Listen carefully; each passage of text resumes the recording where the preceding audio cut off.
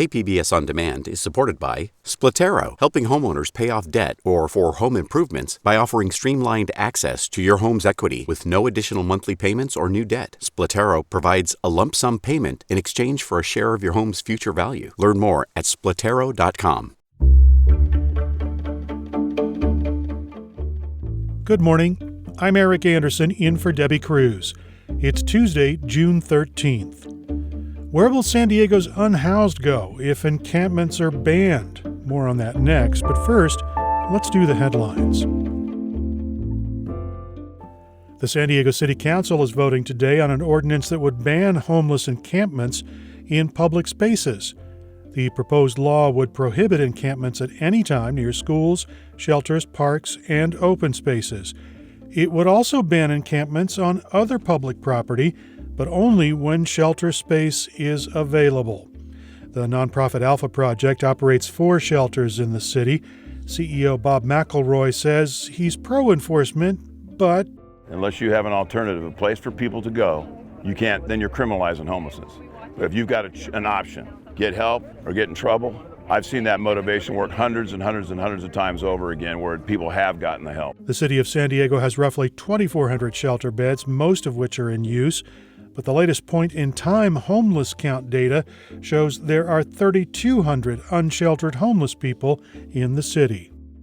San Diego's public school teachers are getting a raise. Members of the San Diego Education Association cast votes for a new contract in recent days. And on Monday, the union announced its adoption. The new contract includes a 15% wage increase and maintaining or boosting the current level of support staff. The San Diego Unified School Board is expected to ratify the contract later this month, with the deal lasting through June 2025. Some of Stan Kroenke's money is coming to San Diego. You may remember the name popping up during the Chargers relocation saga. Now, the real estate development group led by the billionaire owner of the LA Rams is joining Midway Rising. The San Diego City Council chose Midway Rising last year as the umbrella organization for the redevelopment of the Midway District, which will include a new arena. Kroenke is perhaps most recently known for building SoFi Stadium in Inglewood, where the Chargers now play. From KPBS, you're listening to San Diego News Now. Stay with me for more of the local news you need.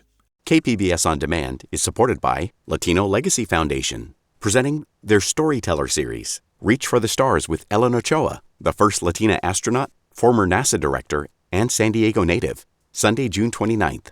More at LatinoLegacyFoundation.org.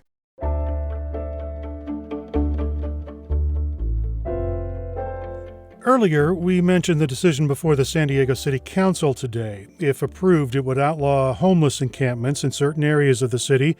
Where would those residents go, and how might other communities be impacted if it's approved? Monday's KPBS Midday Edition spent a lot of time on the topic, with Voice of San Diego senior investigative reporter Lisa Halverstadt lending some of her insight. Here's a portion of that conversation with Midday Edition host Jade Hindman. There are still a lot of areas in the city where this ordinance would not go into effect. So can you explain that?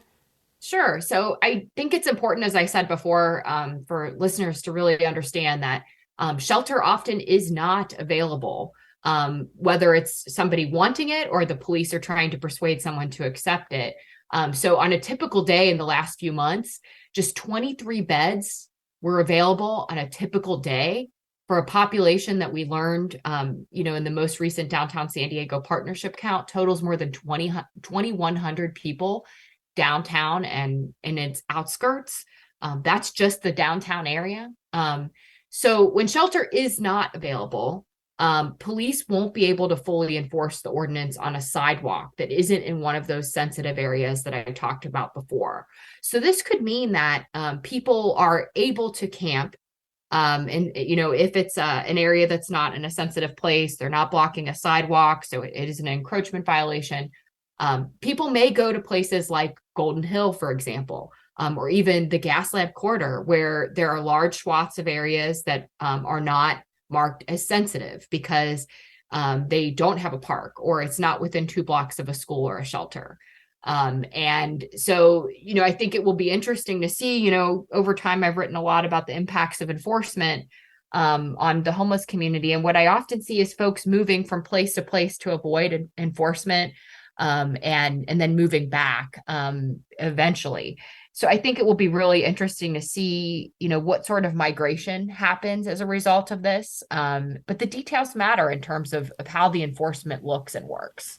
And that in mind, let's say this proposal passes, where will people go? That's a good question. So Mayor Todd Gloria and Councilman Stephen Whitburn, who has written this ordinance, they have said that they recognize that there's a need to provide a lot more shelter options for people to take advantage of. So the city plans to open 2 safe campsites in Balboa Park that would supply 500 campsites.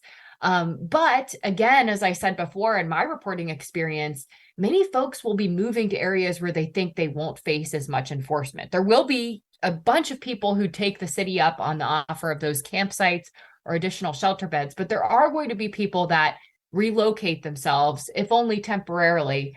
And that could mean that they go into neighborhoods outside that service concentrated area, outside of downtown. They could end up, as I said before, in places like Golden Hill or Sherman Heights, or even in other cities. I've seen in the past folks going to Chula Vista to avoid enforcement that's happening in the downtown area. So I think it will be very interesting to see if this passes, where else people end up, in places where they might not have been in the past. What do city leaders hope a ban could accomplish? So in the city of San Diego, I know Mayor Gloria and Councilmember Whitburn want to see a major decrease in street homelessness that, anyone who lives in San Diego knows has been surging in the city. But Mayor Gloria has said, there's not going to be an overnight change in tents lining sidewalks if the ordinance is approved on Tuesday. They have a police staffing shortage. There are also limited resources. So an assistant police chief told me the city will start with cracking down on homeless camps that are in parks and near schools rather than all the areas. And particularly they, I think, chose schools because San Diego police expect that they can partner with school officers for enforcement near schools. But the police, really have said too that they think that this gives them more backbone than other offenses currently on the books related to homelessness. If it passes, of course, they expect to try to use patrol officers to try to maintain cleared areas after they tell unsheltered people they need to move, which is something they haven't done before. And this also gives them power, especially within these sensitive areas, to say that folks need to move on, even if they're not necessarily blocking a sidewalk. Which now is really the major offense that police use to address homelessness. But often, someone may set up their tent on a sidewalk, but it's not necessarily blocking the sidewalk. And so that really doesn't always give the police a tool to get someone to move on. That was Voice of San Diego's Lisa Halverstadt with KPBS Midday Edition host Jade Hindman. You can hear more of that conversation on Monday's Midday Edition podcast. It's on all major podcast platforms and at kpbs.org. As the city of San Diego weighs a ban on tent encampments, San Diego Unified is considering options to help its unhoused students. iNewsSource reporter Andrea Figueroa Breseño has more. Almost 12,000 students were homeless in San Diego last academic year, with the vast majority of them attending San Diego Unified schools. Now the district may open its properties for overnight parking and camping. Central Elementary in City Heights, the Ballard Parent Center in Old Town, and a lot across Cardinal Lane near Linda Vista are all under consideration. The board hasn't yet made any final decisions, but school officials could partner with the city to help make it happen, and Mayor Todd Gloria is expected to discuss the proposal more during a presentation this week. For KPBS, I'm iNewsSource reporter Andrea Figueroa Briseño. iNewsSource is an independently funded nonprofit partner of KPBS. San Diego high school students hoping to save money and time toward completing a college degree have triggered a dramatic increase in dual enrollment. Education reporter M.G. Perez explains. High school juniors and seniors get a head start on their higher education by taking college credit courses through a community college during the school year and summer session. The San Diego Community College District has more than 4,000 high schoolers currently dual enrolled with one of its campuses. That's a 30% increase in the past year alone. Brianna Hinojosa just graduated from Miramar College after starting in 2020 while still in high school. Really, I like the layout of college classes, knowing what to expect, so you're kind of not like getting things thrown at you. Hinojosa saved time and money, and it paid off. She's been accepted to UCLA, where she will pursue a bachelor's degree in psychology. MG Perez, KPBS News.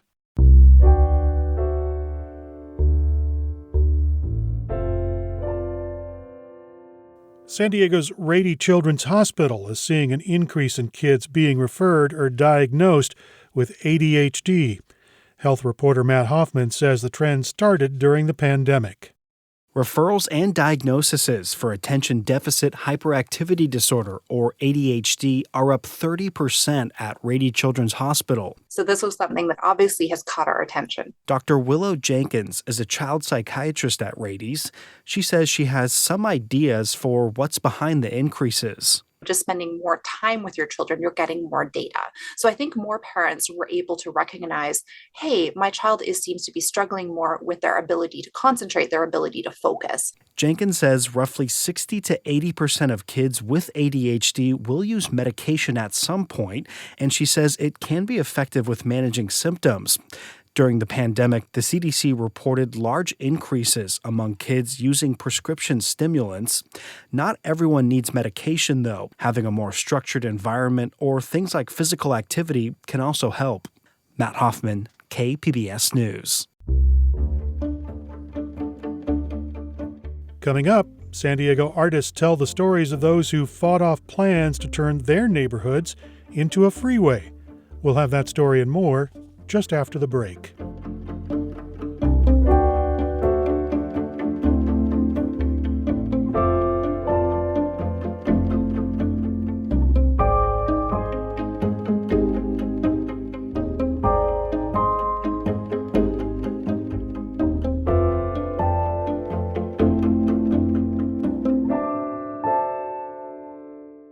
KPBS On Demand is supported by the San Diego County Toyota dealers, offering a new 2025 lineup of vehicles at your local Toyota dealer, including a new Tacoma with turbocharged 4-cylinder engines and a hybrid powertrain option. The San Diego County Toyota dealers. We make it easy.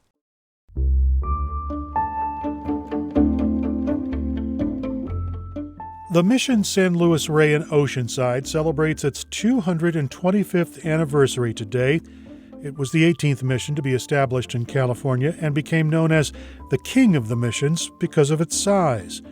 But the history of the mission is complex, and North County reporter Tanya Thorne tells us it's still on a healing journey. Throughout the day, church bells can be heard ringing at Mission San Luis Rey in Oceanside. But once in a while, you'll also hear the chanting of the people native to the land where the mission stands. Today, the grounds of the Mission San Luis Rey serve as an active church, a meeting place for the San Luis Rey Band of Mission Indians, and a historic landmark. The history of all of the California missions is a complicated history. Gwen Grimes is the executive director of Mission San Luis Rey. She says there's no denying some of the mission's painful history, but the relationship between the church and the Luiseño people is one built on healing. We obviously can't change it, but we want to grow our relationship and make sure people know that the Luiseño people are still here, that the friars are still here. Mel Vernon is the captain of the San Luis Rey Band of Mission Indians, and he thinks his ancestors wouldn't want them to suffer over old wounds. It's best to have a positive outlook because we don't have to look very far in the past to find the traumas that happened to everybody in life. Both Grimes and Vernon agree that healing is a process. Tanya Thorne, KPBS News. KPBS is continuing its series on public art with a look at one project in the Southcrest neighborhood. Metro reporter Andrew Bowen says it emerged from the ashes of an abandoned freeway project. This park was, I think, the city's way of trying to heal an open wound. Artists Ingram Ober and Marisol Rendon are walking me through Southcrest Trails Neighborhood Park. More than 50 years ago, the state government began seizing property here to build a freeway, but decades of community opposition put a stop to those plans. The husband and wife duo learned this history through meetings with local residents. Members of the neighborhood and the community shared stories of the loss of this land. The artists were inspired to photograph people pronouncing the various names their neighborhood is known by: Southcrest, Shelltown, Choyas Creek, and Home. And then we sculpted each of those faces to capture that syllable, cast 380, I think it was, custom blocks that went into this plaza. It shows a chorus of community members reclaiming both their land and identity. You can learn more about the history of this abandoned freeway project by listening to my podcast, Freeway Exit, wherever you get podcasts. Andrew Bowen, KPBS News. Tell us about the public art you're interested in at kpbs.org/publicart. Pickleball isn't just a game you play with friends for fun anymore. There's a professional tour, and it recently stopped in San Clemente. Melissa May tells us how the game is growing as a spectator sport. The Professional Pickleball Association hosts the PPA Tour, which has grown to 64 full-time touring professional players and a 25-event season. The most recent tournament, the Orange County Cup, just wrapped up in San Clemente. Bryce Morgan is the president of the PPA Tour and says hosting a PPA event has changed. Pickleball's changed a lot in 4 years. At the beginning, we were looking for any facility that would have us, and now it's becoming a lot bigger of a conversation in terms of, do we have enough logistics of parking? Do we have space? Do we have enough tennis courts that will be converted for pickleball courts? Is there a pickleball facility that already exists that we can utilize? The PPA Tour has events in Florida, Arizona, and other cities in California, but not San Diego yet. But Morgan says they've been in contact with the owners of the Hub Pickleball San Diego about the possibility of bringing the PPA Tour here. Melissa May, KPBS News. That's it for the podcast today. As always, you can find more San Diego news online at kpbs.org. I'm Eric Anderson. Thanks for listening, and have a great day.